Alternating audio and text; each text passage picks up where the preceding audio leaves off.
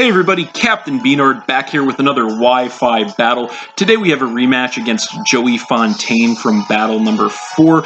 We've also had several matches back on Sun and Moon as well. He is a fellow PokeTuber, so I'm going to go ahead and leave a link to his channel in the video description so you guys can check him out afterward if you haven't already. We always have good matches. As you can see, he is packing a very cool team, so it should make for another good match. And we're going to get into it.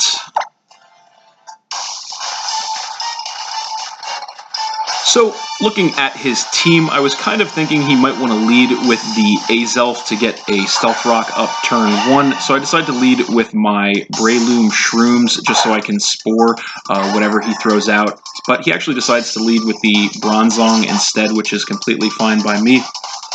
So I'm just going to go straight for a Spore turn 1. I know there's a chance he could predict that and switch into the Sceptile, but I risk it, and he does stay in, so that is going to put him to sleep. So he is asleep this turn, nothing he can do, so that is obviously a strong start to the match for me. So this turn I am going to switch out. There's nothing else I can really do to this with my Breloom, so I'm going to switch directly into my Gliscor Dracula as he decides to switch out as well directly into his Azelf. So nice little double switch there, and then I'm going to get the Toxic Orb to badly poison me. So this turn he is going to go straight for an Ice Punch, which I was not quite expecting him to do right away. So that is going to take me down to 11 health, but I do survive in the red, which was also a surprise, which is going to let me go for the knockoff, which is going to drop him all the way down to his Focus Sash. He does survive that, and I'm going to regain some health with the Poison Heal. Not really going to matter, though, because he is just going to outspeed me again this turn, go for a knockoff, and that is going to finish off my Gliscor, knocking me down to 5 Pokemon. So then I'm going to come in with my Blacephalon, trying to get the revenge kill on this thing. I am Choice Scarfed, so I know I'm going to outspeed, but he does actually go for the switch here, not wanting me to knock out one of his Pokemon and get the Beast Boost. So he is going to come in with the Snorlax. I do go for the Flamethrower. He is more than likely Thick Fat, but I do actually get a crit and a burn there, which was pretty lucky on my side. That is going to drop the Snorlax down by about a quarter only. So he is going to regain some health with the leftovers and take some damage from the burn. So this turn I have no choice but to switch out. I know there's nothing else I can do to this with the Blacephalon, so I'm going to switch directly into my type Null. Null and Void, as he does go for an Ice Punch, probably predicting a switch on my side. So not going to do much of anything to me because he is burned and I am max HP with an Eviolite. So this turn he is going to switch out. He knows there's nothing he can really do to me with the Snorlax burned, so he's going to switch directly into his Rotom Frost form, as I just take this opportunity to go for a Swords Dance, trying to set up to do some big damage to his team with a sharp attack increase. So this turn he actually decides it is time to bust out the Z move. So that is actually going to be the Ice Z move, the Sub-Zero Slammer. So it is no doubt off Blizzard, so it is going to do quite a lot of damage to me. Very cool move too, pun intended. So that is going to knock me down to a little below half, but I do take that pretty well, better than I thought actually. I'm going to go for a Double Edge, which knocks this thing into the red, but it does survive, unfortunately, and I'm going to take some recoil from that. So this turn he's going to go for a Volt Switch, trying to finish me off, but luckily I do survive that in the red with 13 health. He does get the mandatory switch though, so he is going to come in with his Bronzong, as I am just going to go for the Iron Head, so going to take him down by about a quarter, which was not that much. So this turn I actually do outspeed him, so he doesn't get a chance to wake up. I am just going to go straight for a Shadow Claw, and that is going to be enough to take out the Bronzong and drop him down to 5 Pokemon, so that was nice. So then he is going to come in with the Sceptile, and he is going to go straight for the Mega Evolution into Mega Sceptile. And he is just going to go for a Dragon Pulse, which is obviously going to be more than enough to finish off my type Null and drop me down to 4 Pokemon. So type Null did do its job though in that game, so that is okay.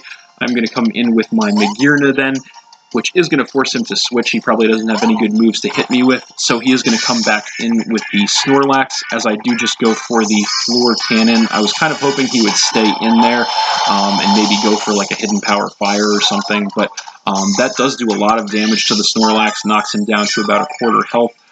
But it is going to harshly lower my special attack, as he is going to regain some more health with the leftovers and take some more damage from the burn. So this turn, I really have no choice but to switch out with my special attack lowered. I do have Aura Sphere, so I could try and stay in and take him out, but I'm not confident that will KO.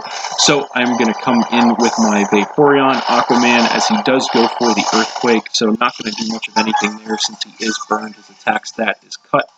So he is going to regain more health with the leftovers and take more damage from the burn yet again. So he is going to go for the switch this turn, knowing there's not much of anything he can do to the Vaporeon. So he is going to come in with Cryogonal, as I actually just go for the Ice Beam. I was actually predicting a switch into the Sceptile, hoping he would predict the Water move on my side and try to get that in on me. But he does just switch into the Cryogonal, so the Ice Beam not going to do much there. So this turn he does outspeed me. He is going to go for a Freeze Dry, which is going to take me down by about a third, which was not too bad, but I am max special defense with an Assault Vest, so I can take those. I'm just going to fire off a Scald in return, which is going to take him down by about a quarter, and I do get the burn, which was nice. So he is going to regain some health with the leftovers and take some damage from that burn. So this turn he is just going to go for another Freeze Dry, trying to whittle me down. That is going to knock me down to about a third health, but I do survive. I'm going to go for another Scald, taking him a little below half. My plan at this point is kind of just to wear this thing down to the point that I can get a revenge switch in with my Blacephalon after the Vaporeon goes down and maybe set up a sweep. So this turn he is actually going to predict a switch on my side into the Blacephalon early and go for an Ancient Power, so not going to do much to me.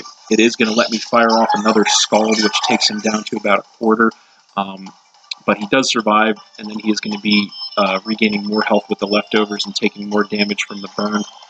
So this turn he is going to go back to using the Freeze Dry.